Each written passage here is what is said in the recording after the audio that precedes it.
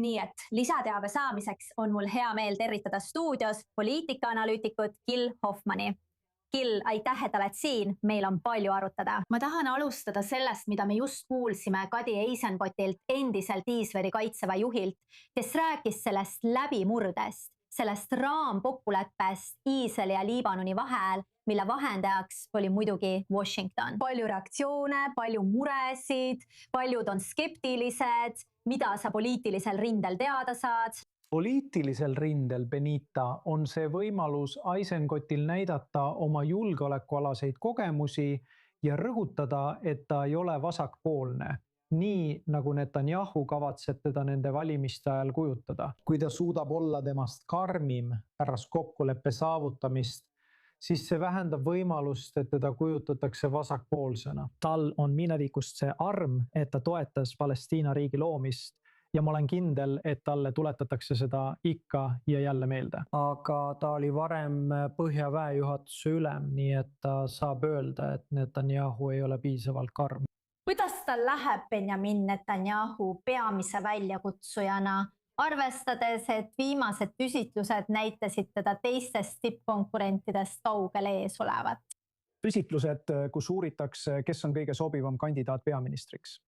Just selles on Eisenkotil eelis Netanyahu ees. Mandatide arv parteide vahel kõigub, kuid teda nähakse üha enam tõsiselt võetava kandidaadina Netanyahu asendamiseks. Ja hea uudis Eisenkotile on see, et tema toetus on kogu selle valimiskampaania jooksul pidevalt kasvanud.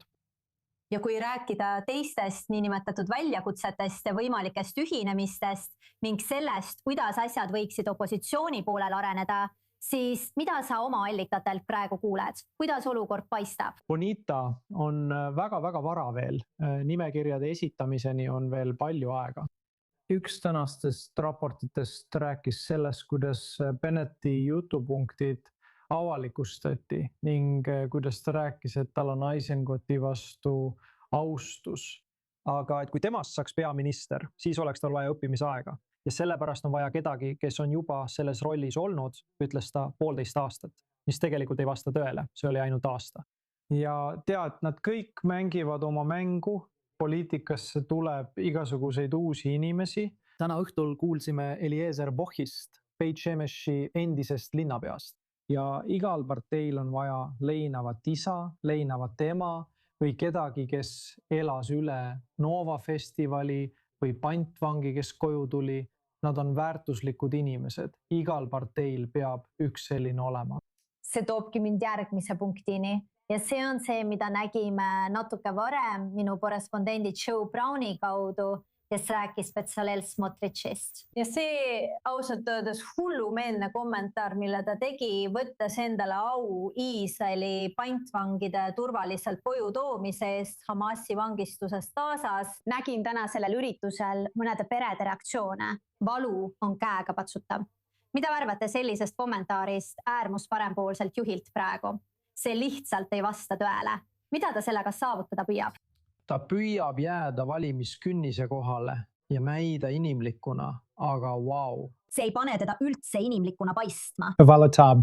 Ta valetab. Ta hääletas korduvalt pantvangide koju toomise vastu. Ja ta ei arvestanud sellega, et mõned pantvangid tulid tagasi surnuna. Ja kui ta ütleb, ma tõin kõik pantvangid koju, siis surnud ei loe. Aga ei, ta kuulab poliitilisi strateege, kes ütlevad talle, et ta püüaks inimlik välja näha. Ja ma ei usu, et sina oled ainus, keda see ei veena.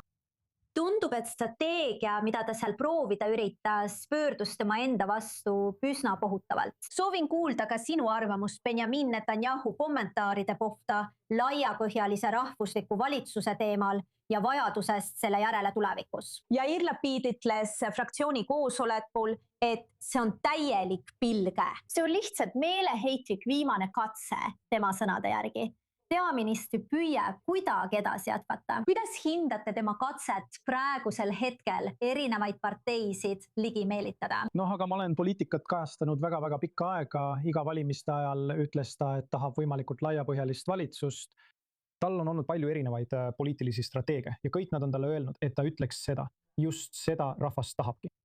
Küsitlused näitavad, et nad tahavad laiapõhjalist valitsust. kas sa tead, mida laiapõhjaline valitsus tähendab? Ei ultraortodokse, ei araablasi, mitte midagi äärmuslikku. Kõik on peavool, sionistlik nagu emadus ja õunakook Ameerikas, hoides pahad eemale. Ja ka tead, mida laiem on tema valitsus, seda vähem süüdistatakse teda 7. oktoobri eest. Mida sa täna nägid Patsal Smotrich väljavilistamises Gaza ümbruses? Seda hakkad sa nägema iga päev. Sa hakkad seda nii tihti nägema, et poliitikuid vilistavad välja inimesed, kes on seotud 7. oktoobriga, et meenutada neile, kuidas nad hääletasid ja mis roll neil 7. oktoobril oli. See ei saa enam uudiseks. See muutub sinu jaoks nii igavaks. Sul on täiesti õigus, oktoobrini on veel aega.